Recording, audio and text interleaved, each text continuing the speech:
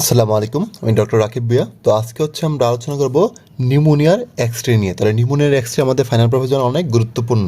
তাহলে আমরা দেখতে পাচ্ছি এটা হচ্ছে একটা নিউমোনিয়ার এক্স-রে। তাহলে নিউমোনিয়া এক্স-রেতে কী দেখাচ্ছে দেখো, এই জায়গাটাতে কী মনে হচ্ছে যে সাদা এবং কালো, সাদার ভিতরে কালো, তাই না? তাহলে আমরা বলছিলাম নিউমোনিয়া এক্স-রেতে কী পাবো, সাদার ভিতরে কালো পাবো এবং ট্রাকিয়াটা সেন্ট্রালি প্লেস থাকবে। আমরা বেসিক যখন আলোচনা করেছিলাম তখন বলছিলাম। তাহলে এই সাদার ভিতরে কালো হওয়ার কারণ কি? দেখো, আমরা জানি লাংসে থাকে বাতাস, বাতাস থাকলে কি হয়? কালো। এবং এখানে যেহেতু নিউমোনিয়া, নিউমোনিয়া মানে কি? ইনফেকশন। ইনফেকশন হলে কী তৈরি হবে? পাস তৈরি হবে। পাস থেকে কী তৈরি হবে? পানি। আর আমরা বলছি যেখানে পানি থাকবে সেখানে কী হবে? সাদা। অর্থাৎ বাতাসের জন্য কী হবে? কালো, এবং পানির জন্য হবে সাদা। এই যে ব্যাপারটা, এই সাদা কালো, দেখো সাদার মধ্যে কালো কালো, এই ব্যাপারটাকে আমরা বলি তোমার হচ্ছে যে এইটা আমরা কেন বলি ইন হোমোজেনাস অপাসিটি। হোমোজেনাস মানে কি? একই। আর ইন মানে কি? একই না। অর্থাৎ এখানে যে অপাসিটিটা সেটা কি? সেম না। অর্থাৎ সাদার ভিতরে কালো কালো। With air bronchogram. এই এয়ার ব্রঙ্কোগ্রাম জিনিসটা কি? এয়ার ব্রঙ্কোগ্রাম জিনিসটা হচ্ছে ওই যে বললাম না যে তোমার ব্রঙ্কাসে থাকে কি বাতাস, সেই জন্য দেখাবে সাদা। হ্যাঁ, আর তার আশেপাশে ব্লাড ভেসেলে থাকবে হচ্ছে ব্রঙ্কাসে থাকবে বাতাস, সেটা হবে কালো। আর তার আশেপাশে যে ব্লাড ভেসেল সেগুলো থাকবে ব্লাড বা পানি, সেজন্য হবে সাদা। এই যে তোমার দেখো সাদার মধ্যে আমরা যদি ছবিটা খেয়াল করি, দেখো সাদার মধ্যে যে ব্রঙ্কাসগুলো, এই ব্রঙ্কাসগুলোতে কী আছে? এই ব্রঙ্কাসগুলোতে হচ্ছে বাতাস আছে, সেজন্য ব্রঙ্কাসগুলো কেমন হচ্ছে? কালো দেখাচ্ছে। তাহলে এই যে এক্সের মধ্যে যে আমাদের ব্রঙ্কাসগুলো দেখা যায় সেগুলোকে আমরা বলি এয়ার ব্রঙ্কোগ্রাম। দেখো আমাদের এই এক্সেতে দেখো এই যে এয়ার ব্রঙ্কোগ্রামগুলো, এগুলো হচ্ছে আমাদের এয়ার ব্রঙ্কোগ্রাম। অর্থাৎ আমাদের যে ব্রঙ্কাসটা, এই ব্রঙ্কাসটা যে আমরা একসাথে দেখি সেটা বলি এয়ার ব্রঙ্কোগ্রাম। এয়ার মানে কি বাতাস, ব্রঙ্কো মানে কি ব্রঙ্কাস, আর গ্রাম মানে ছবি বা পিকচার।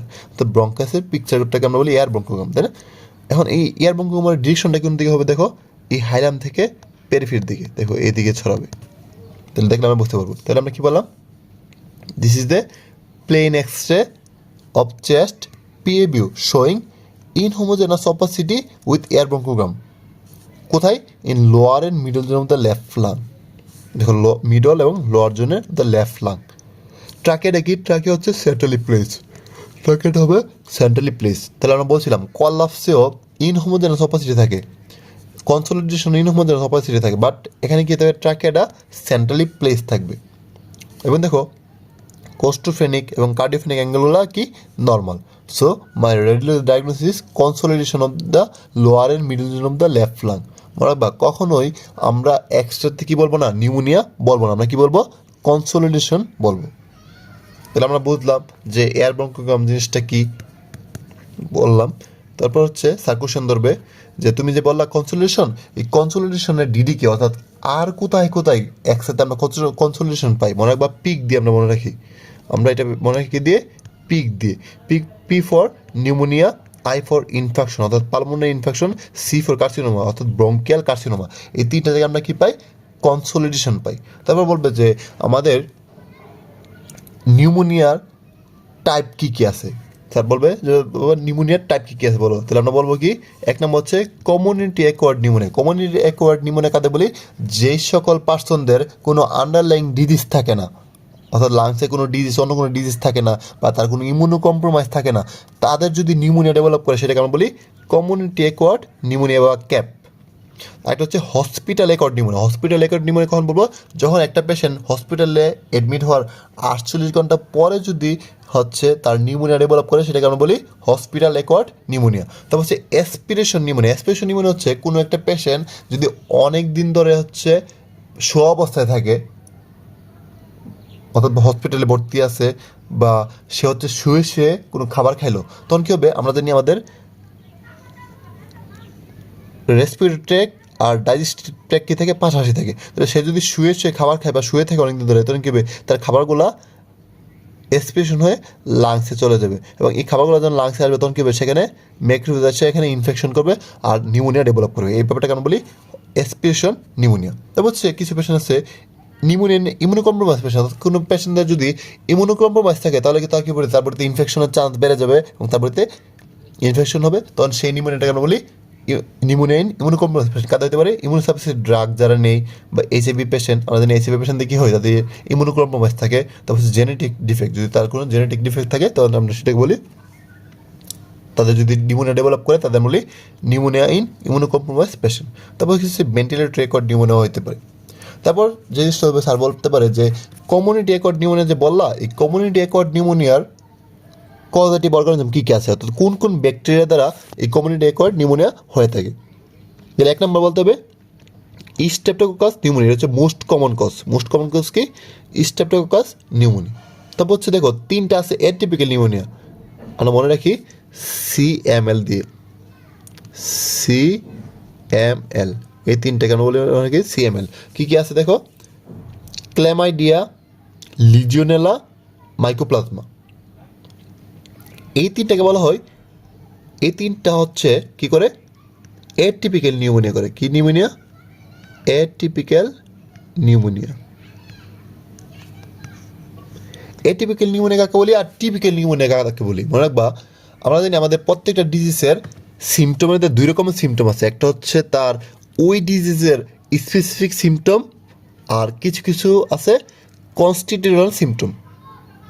তাহলে যেমন ধরো রেসপিরেটরি সিস্টেমের আমি যদি বলি যে স্পেসিফিক সিমটম কি, রেসপিরেটরি সিস্টেমে স্পেসিফিক সিমটম হচ্ছে ব্রেথলেসনেস, কাফ, এগুলো হচ্ছে স্পেসিফিক সিমটম। আর কনস্টিটিউশনাল সিমটম হচ্ছে মায়ালজিয়া, আর্থ্রালজিয়া, র্যাশ, ফিভার। তার মনে রাখবা টিপিক্যাল নিউমোনিয়াতে রেসপিরেটরি সাইন সিমটমগুলো প্রিডোমিনেন্ট থাকে, আর এটিপিক্যাল নিউমোনিয়াতে রেসপিরেটরি সিমটমগুলো ওরকমভাবে প্রিডোমিনেন্ট থাকে না, কনস্টিটিউশনাল সিমটমগুলো কি থাকে? প্রিডোমিনেন্ট থাকে। ওকে, তারপর হচ্ছে দেখো মাইকোপ্লাজমা নিউমোনিয়া ইউজুয়ালি কাদের করে? ইয়ং মানুষদের হয়ে থাকে কমনলি। আমি মনে রাখি মাইকো, দেখো MY, এই ওয়াইটাকে রেড করে নিবা, মানে ওয়াই ফর ইয়ং, অর্থাৎ মাইকোপ্লাজমা কাদের করে? ইয়ংদের করে। তারপর হচ্ছে লিজিওনেলা কাদের হয়? যারা হচ্ছে এসিতে থাকে, প্রলং টাইম এসির নিচে থাকে, তাদের হচ্ছে লিজিওনেলা দ্বারা কী হয়? নিউমোনিয়া হওয়ার চান্স বেশি। তারপর দেখো হিমোফিলাস ইনফ্লুয়েঞ্জা, আমি মনে রাখি হিমো মানে হাই এজ, মানে বয়স্কদের, অর্থাৎ যারা হচ্ছে ওল্ড পিপলদের হচ্ছে কি হিমোফিলাস ইনফ্লুয়েঞ্জা দ্বারা নিউমোনিয়া হয়ে থাকে। তারপর হচ্ছে স্টেফিলোকোকাস অরিয়াস, স্টেফিলোকোকাস অরিয়াস কাদের কাদের নিউমোনিয়া হয়? যাদের হচ্ছে ইনফ্লুয়েঞ্জা দ্বারা আক্রান্ত। তাছাড়া তোমার হচ্ছে ক্ল্যামাইডিয়া আছে, ককশিলা আছে, তারপর হচ্ছে ক্ল্যাপশিলা। দেখো ক্ল্যাপশিলা আমি মনে রাখি ক মানে হচ্ছে কুহল, মানে হচ্ছে অ্যালকোহল, অর্থাৎ যারা অ্যালকোহল খায় তাদের হচ্ছে কি ক্ল্যাপশিলা দ্বারা নিউমোনিয়া হয়ে থাকে।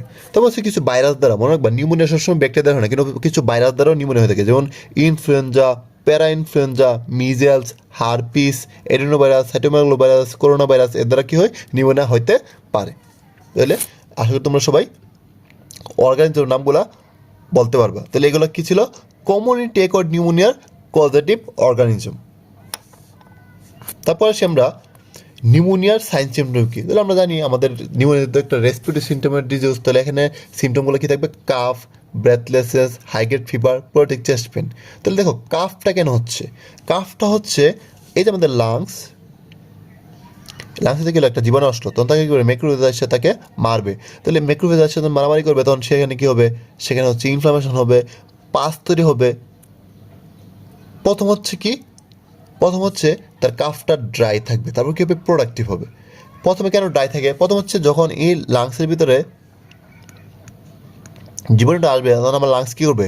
সেটা বডি থেকে বের করে দেওয়ার চেষ্টা করবে। তাহলে সেজন্য কী করবে? সে কাশি, অর্থাৎ আমাদের নার্ভাস সিস্টেম করবে কাশি তৈরি করবে যেন এটা বের হয়ে যায়। এই জন্য প্রথমে কী থাকবে? ড্রাই কফ। কিন্তু পরবর্তী কী হবে? যখন সে আর বের হতে পারতেছে না তখন এই জীবাণুকে মারার জন্য কী হবে? ম্যাক্রোফেজ আসবে, আইসা এখানে মারামারি করবে, ইনফ্লামেশন হবে, হয় কী হবে? পাস তৈরি হবে। তখন যখন আমরা বের করবো সেটাকে আমরা বলি কাফ। এই কাশির সাথে যে কাফ থাকে সেটা বলি প্রোডাক্টিভ কাফ। এবং মনে রাখবা কিছু সময় আমরা কী পাই? রাস্টি স্পুটাম কখন পাই? যখন এটা হচ্ছে স্টেফিলোকোকাস নিউমোনিয়া হয়, তখন আমরা তাদের ক্ষেত্রে কী পাই?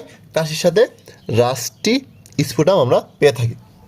তারপর হচ্ছে ব্রেথলেসনেস, তারপরে হাই গ্রেড ফিভার। কারণ কি, যেহেতু এখানে ইনফ্লামেশন হচ্ছে, ইনফ্লামেশন কি হবে, ইনফ্লামেটরি মেডিকেটগুলো রিলিজ হবে, তার কারণে কী হবে, তার হাই গ্রেড ফিভার হবে। এবং প্রোটিক চেস্ট পেন, প্রোটিক চেস্ট পেন কেন, দেখো এই যে আমাদের লাংসের চারপাশে থাকে প্লুরা, আমরা জানি প্লুরা বা দুইটা পার্ট, একটা হচ্ছে ভিসেরাল প্লুরা, একটা হচ্ছে প্যারাটাল প্লুরা। তো এই লাংসের যে ইনফ্লামেটরি মেটেরিয়ালসগুলো, এটা কী হবে, যদি কোনো বাইরে আসে এই প্লুরাল স্পেস চলে আসে, এবং আমাদের যে প্যারাটাল প্লুরা, এই প্যারাটাল প্লুরাতে আমরা জানি কী থাকে, সোমাটিক নার্ভ। যখন এই ইনফ্লামেটরি মেটেরিয়ালসগুলো যখন এই সোমাটিক নার্ভকে যদি ইনভলভ করে, তাহলে কী হবে, তার পেইন হবে। পেনটা কোথাও হচ্ছে প্লুরাতে, এই জন্য বলেছি প্লুরাইটিক।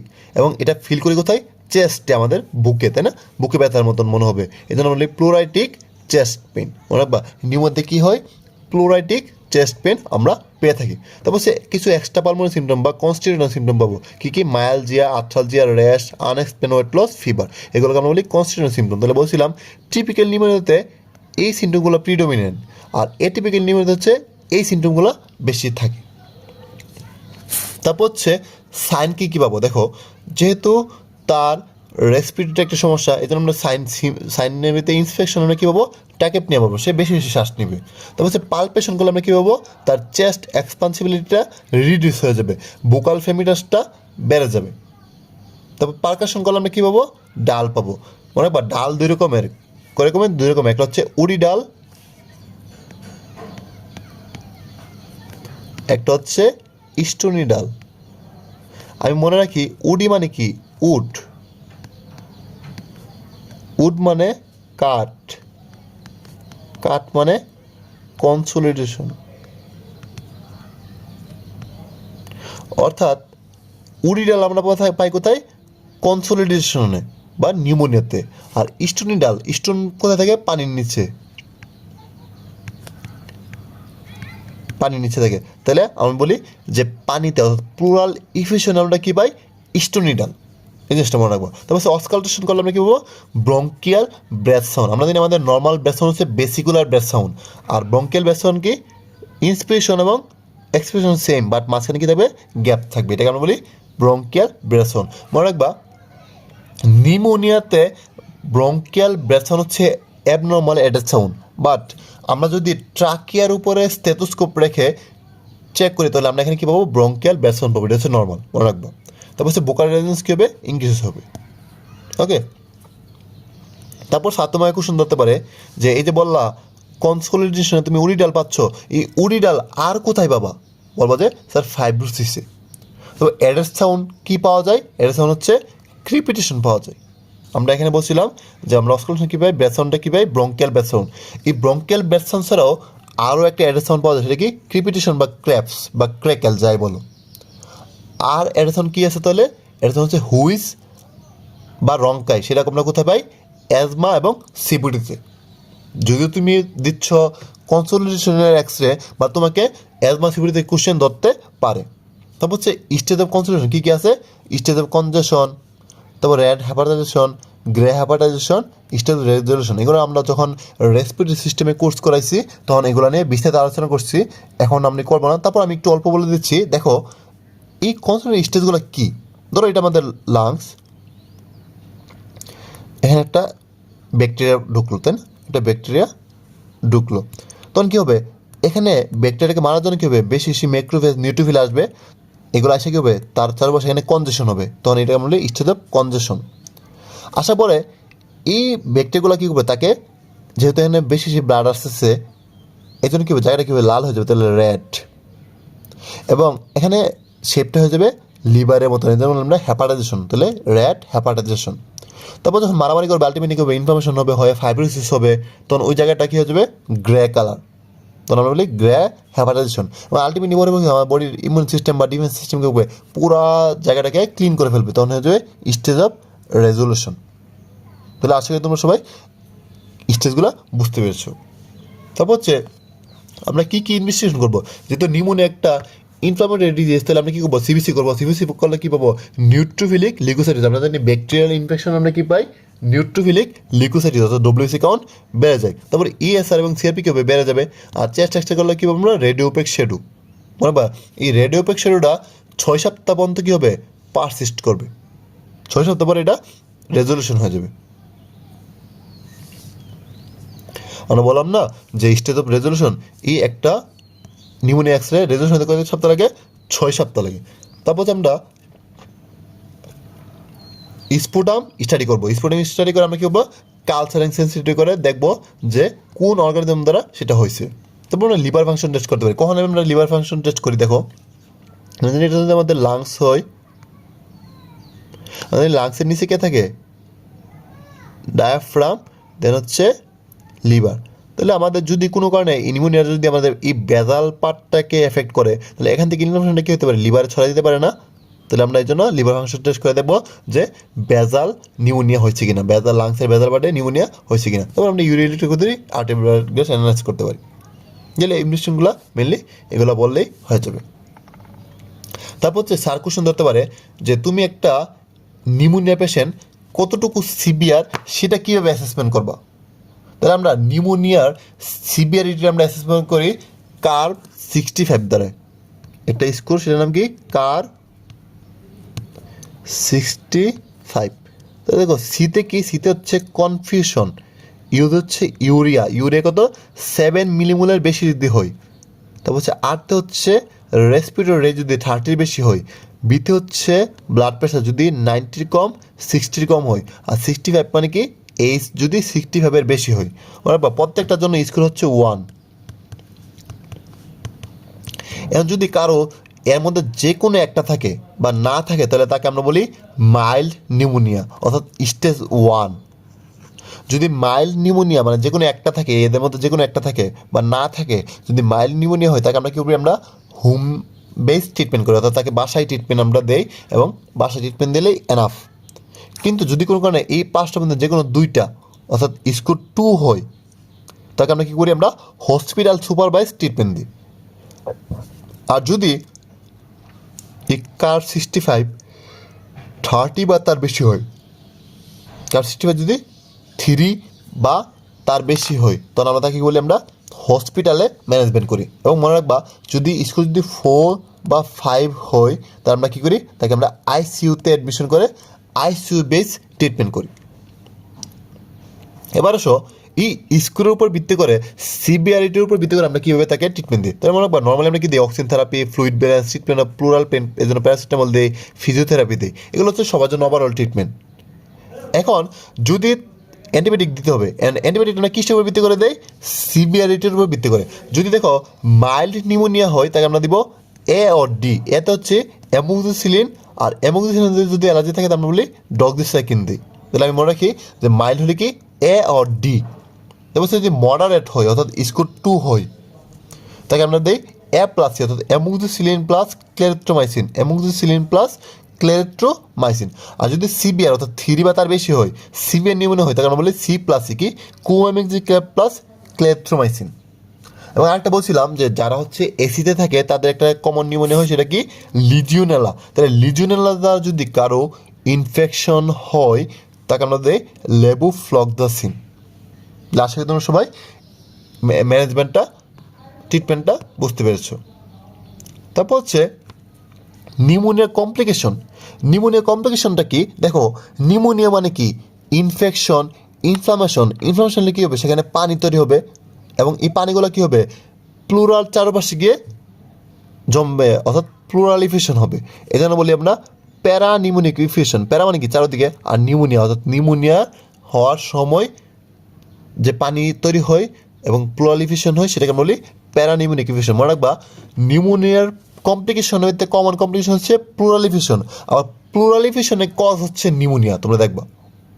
তবে হচ্ছে post pneumonic infection. Post pneumonic infection হচ্ছে তোমার নিউমোনিয়া হয়ে নিউমোনিয়ার যে সাইন সিমটমগুলো, কাফ, ব্রেথলেসনেস, চেস্ট পেন, এগুলো কী হলো? এগুলো ডিসঅ্যাপিয়ার হয়ে গেলো, কিন্তু তখন কী হলো? পানি থেকে গেল এবং ইনফেকশন হলো, সেটা বলি পোস্ট নিউমোনিক ইনফেকশন, অর্থাৎ নিউমোনিয়া হওয়ার পরের যে ইনফেকশন। তবে দেখো, এখানে যেহেতু ইনফেকশন, তাহলে কী হবে? সেই ইনফেকশনটা আমাদের প্লুরাল স্পেসে চলে আসবে এবং সেখানে পাতগুলো যদি চলে আসে, তখন আমরা কী বলি? তাকে অ্যাম্পাইমা। এবং অ্যাম্পাইমাতে কী হতে পারে? লাং অ্যাবসেস হতে পারে। এবং এয়ার ডিজিজ ডেভেলপ করতে পারে। তাহলে এই কম্বিনেশনগুলো আশা করি তোমরা সবাই বুঝতে পারছো। তারপর একটা কোশ্চেন স্যার অংশ ধরতে পারে, নিউমোনিয়ার মার্কার অফ সিভিয়ারিটি কি? লিকুইড কাউন্ট বেড়ে যাওয়া, হাইপোঅ্যালুমিনিয়াম হওয়া, ইউরিয়া 7 মিলিমোলের বেশি হয়ে যাওয়া, ব্যাকটেরিয়া হওয়া, ব্লাডে ব্যাকটেরিয়ার উপস্থিতি, হাইপোনেট্রিমিয়া অর্থাৎ সোডিয়াম কমে যাওয়া। তারপর স্যার বলতে পারে যে তুমি যে বললা কার 65-এর ভিতরে 1 নাম্বার কষ্ট ছিল কি কনফিউশন। কনফিউশন বলতে তুমি কি বুঝো? বলবো স্যার কনফিউশন মানে হচ্ছে পেশেন্টটা টাইম প্লেস পার্সনের প্রতি ডিসওরিয়েন্টেড হয়ে যাওয়া। অর্থাৎ তাকে বললা যে বলেন তো এখন কি রাত নাকি সকাল নাকি বিকাল, পেশেন্ট বলতে পারবে না। যদি বলো যে আপনি কোথায় আছেন, হসপিটালে নাকি বাসায়, সে বলতে পারবে না। তাকে তার কোনো আত্মীয়স্বজনকে দেখা বলেন যে এটা কি হয় আপনার বাবা নাকি মা নাকি কি, সে বলতে পারবে না। অর্থাৎ এই কন্ডিশনগুলো হয় তাকে আমরা বলি কনফিউশন। তাহলে আমরা তাকে কি পয়েন্ট দিব? পয়েন্ট 1। তারপর হচ্ছে আমরা যে একটা নিউমোনিয়ার পেশেন্টকে এক্সরে দেখে চিনবো, অর্থাৎ তার রেডিওলজিক্যাল শেডিউল আসতে কতক্ষণ সময় লাগবে মনে রাখবা। রেডিওলজিক্যাল শেডিউল আসতে 12 থেকে 18 ঘন্টা সময় লাগে। অর্থাৎ 12 ঘন্টার আগে যদি আমরা এক্সরে করি তাহলে নিউমোনিয়ার কোনো ফিচার আমরা এক্সরেতে পাবো না। আবার এটা রেজলিউশন হয়ে যায় কত 6 উইক্সের ভিতরে। অর্থাৎ 6 উইক পরে যদি আমরা আবার নিউমোনিয়া এক্সরে করি তাহলে আমরা কোনো তার রেডিওলজিক্যাল শেডিউল পাবো না। অর্থাৎ ইনহোমোজেনাস অপাসিটি এগুলো আমরা পাবো না। তো বললে প্যারানিউমেরিক আর পোস্ট নিউমেরিক বললাম। প্যারানিউমেরিক মানে হচ্ছে তোমার নিউমোনিয়া সাইনসিমগুলো আসে পাশাপাশি ইনফিউশন, আর পোস্ট নিউমোনিক মানে কি তোমার নিউমোনিয়া সাইনসিমগুলো ভালো হয়ে গেছে তারপরে ইনফিউশন হয়েছে, তার বলি পোস্ট নিউমোনিক ইনফিউশন। তারপর স্যার বলতে পারে যে তুমি একটা পেশেন্টকে কখন আইসিইউতে রেফার করবো। একটা নিউমোনিয়া পেশেন্টকে কখন আমরা আইসিইউতে নিয়ে যাব? বলছিলাম না যে 4 বা 5, কার 65-এর স্কোর যদি 4 বা 5 হয় অর্থাৎ 3-এর বেশি হয় তাকে আমরা কী করবো? আইসিইউতে রেফার করবো। তাছাড়া বাকি কথাগুলো বলতে পারো না বললেও নাই, এটা হচ্ছে মেইন। তারপর হচ্ছে স্যার কোশ্চেন ধরতে পারে যে নজোকোমিয়াল বা হসপিটাল অ্যাকর্ড নিউমোনিয়া বলতে কী বুঝো? নজোকোমিয়াল বা হসপিটাল অ্যাকর্ড নিউমোনিয়া বলতে আমরা বুঝি যদি তার নিউমোনিয়াটা হসপিটালে অ্যাডমিশন হওয়ার 48 ঘন্টা পরে ডেভেলপ করে, সেটাকে আমরা বলি নজোকোমিয়াল বা hospital acquired pneumonia. Hospital acquired নিউমোনিয়ার মেন কথা হচ্ছে ইকুলাই, ক্লেপসিলা, সিউডোমোনাস। তাহলে ইকুলাই তাহলে মনে রাখবা হসপিটাল অ্যাকর্ড নিউমোনিয়ার কমন অর্গানিজম হচ্ছে ইকুলাই, আর কমিউনিটি অ্যাকর্ড নিউমোনিয়ার কমন কথা হচ্ছে স্টেটোকাস নিউমোনিয়া। এই জিনিসটা মনে রাখতে হবে। তারপর স্যার তোমার কোশ্চেন ধরতে পারে যে ভাইরাল নিউমোনিয়া এবং ব্যাকটেরিয়াল নিউমোনিয়াতে পার্থক্য কী? ভাইরাল মানে কি? ভাইরাল হচ্ছে তোমার ক্রনিক অনসেট, আস্তে আস্তে হবে, তার রেসপিরেটরি ইনফেকশন হবে, তারপর হচ্ছে তার নিউমোনিয়া ডেভেলপ করবে। আর ব্যাকটেরিয়ালটা কি? যখনই ব্যাকটেরিয়া ইনফেকশন করবে, আক্রমণ করবে, তখন কী হবে? তার একটা অ্যাকিউট নিউমোনিয়া ডেভেলপ করবে। ভাইরাল নিউমোনিয়াতে কী হয়? যেহেতু সে ভাইরাস, এই জন্য তার এখানে কী হবে না, ওরকম ইনফ্লামেশন হবে না, সেই জন্য তার থাকবে ড্রাই কফ। আর ব্যাকটেরিয়াল যেহেতু এখানে ব্যাকটেরিয়ার বিরুদ্ধে তোমার হচ্ছে বডি ইমিউনিটি কাজ করবে এবং সেখানে ইনফেকশন হবে, ইনফ্লামেশন হবে, এই জন্য কাফটা কী হবে? প্রোডাক্টিভ। তবে এটাতে পেইন আনকমন, এটাতে কমন। তবে চেস্ট এক্সরেতে ভাইরাল নিউমোনিয়াতে আমরা কী পাবো? চেস্ট এক্সরে নর্মাল পাবো, বাট ব্যাকটেরিয়াতে কী পাবো? আমরা কনসোলিডেশন পাবো। ডব্লিউসি কারণ কী পাবো? লিকোপেনিয়া পাবো, এখানে লিকোসাইটিস পাবো, কারণ আমরা জানি ব্যাকটেরিয়াল ইনফেকশনে কী হয়? ডব্লিউবিসি কাউন্ট বেড়ে যায়। তাহলে এবারে তোমরা যদি স্যার যদি বলে ভাইরাল নিউমোনিয়া এবং ব্যাকটেরিয়াল নিউমোনিয়ার পার্থক্য কি, তোমরা আশা করি বলতে পারবে। তাহলে এই ছিল আমাদের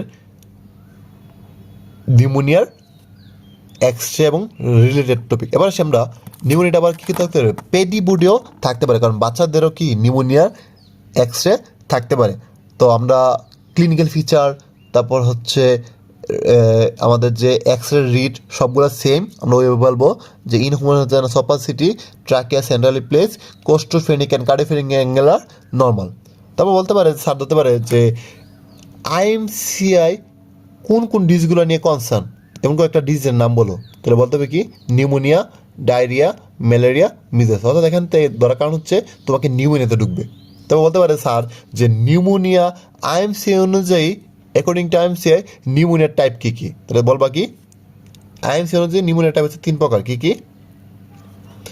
সিভিয়ার নিউমোনিয়া বা ভেরি সিভিয়ার ডিজিজ। দেখো কখনোই এটা বলবা না যে ভেরি সিভিয়ার নিউমোনিয়া, বলতে হবে কি? সিভিয়ার নিউমোনিয়া অথবা very severe disease. Very severe pneumonia বলতে কোনো কথা না, এটা বলে স্যার রাগ করেছে। তাহলে সিভিয়ার নিউমোনিয়া বা ভেরি সিভিয়ার ডিজিজ কখন বলবো? যখন কোনো ডেঞ্জার সাইন পাবো। তাহলে আমরা জানি ডেঞ্জার সাইন হচ্ছে 4টা। কী কী? Convulsion, lethargic or unconsciousness, inability to drink or breastfeed, তারপর হচ্ছে বমিটাস এভরিথিং, কিছু খাইলে বমি করে দেবে। তাহলে এই 4টা যে কোনো একটা ডেঞ্জার সাইন যদি থাকে, তবে স্টাইডনিক কেম চাইল্ড, এই বাচ্চাদের যদি কী থাকে, স্টাইডর থাকে। আর সিভিয়ার চেস্ট ইনড্রাউনিং, অর্থাৎ চেস্ট ইনড্রাউনিং হচ্ছে চেস্টটা কী থাকবে, একটু মনে হচ্ছে ভিতর দিকে ঢুকে গেছে। তাহলে তাদের ট্রিটমেন্ট কী দেবো আমরা, অ্যাপ্রোপ্রিয়েট অ্যান্টিবায়োটিক দিব। আর যদি জ্বর থাকে প্যারাসিটামল দিব। আর যদি কনভার্সন হওয়ার চান্স থাকে বা কনভার্সন থাকে, তাহলে আমরা কী দেবো, ডাইজিপাম দিব। তারপর হচ্ছে নিউমোনিয়া। নিউমোনিয়া হচ্ছে কখন বলবো, যদি চেস্ট ইনড্রয়িং থাকে বা ফাস্ট ব্রিদিং। এই ফাস্ট ব্রিদিংটা হচ্ছে এইজ অনুযায়ী বেরি করে। ফাস্ট ব্রিদিং আমরা কখন বলবো, যদি 2 মাসের কম বাচ্চা বা 2 মাস পর্যন্ত বাচ্চা হয়, তাহলে তার 60 বা তার বেশি যদি ব্রেথ হয় প্রতি মিনিটে, তখন তাকে আমরা বলবো ফাস্ট ব্রিথিং। এবং যদি 2 মাস থেকে 12 মাস পর্যন্ত বাচ্চাদের 50 বা তার বেশি হয়, তখন তাকে আমরা বলবো ফাস্ট ব্রিথিং, বা সে বেশি বেশি শ্বাস নিচ্ছে। আর যদি 12 মাস থেকে 5 বছরে বাচ্চাদের যদি 40 বা তার বেশি হয়, তাহলে আমরা বলবো তার ফাস্ট ব্রিথিং। অর্থাৎ ফাস্ট ব্রিথিংয়ের এই অনুযায়ী বেরি করে। তাহলে তাদের এই নিউমোনিয়া পেশেন্টে আমরা কী দিব, অ্যাপ্রোপ্রিয়েট অ্যান্টিবায়োটিক দিব। তার যদি হুইজিং থাকে, তাহলে আমরা কী দেবো, ইনহেল ব্রঙ্কোডাইলেটর বা সালবিটামল দিয়ে আমরা তাকে কী করবো, তাকে হচ্ছে ইনহেল করব। তার যদি ফিভার থাকে, আমরা প্যারাসিটামল দিব। তারপর হচ্ছে নো সাইন অফ নিউমোনিয়া, অর্থাৎ কোনো নিউমোনিয়া কোনো সাইন সিমটম নয়, শুধুমাত্র কী আছে, কাফ বা কোল্ড আছে, কাশি এবং সর্দি আছে, তাদের কিন্তু আমরা ব্রঙ্কোডাইলেটর দিয়ে নেবুলাস করে দিব।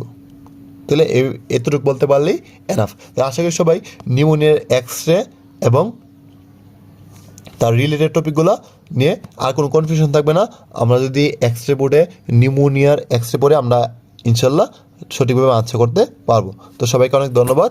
আসসালামু আলাইকুম।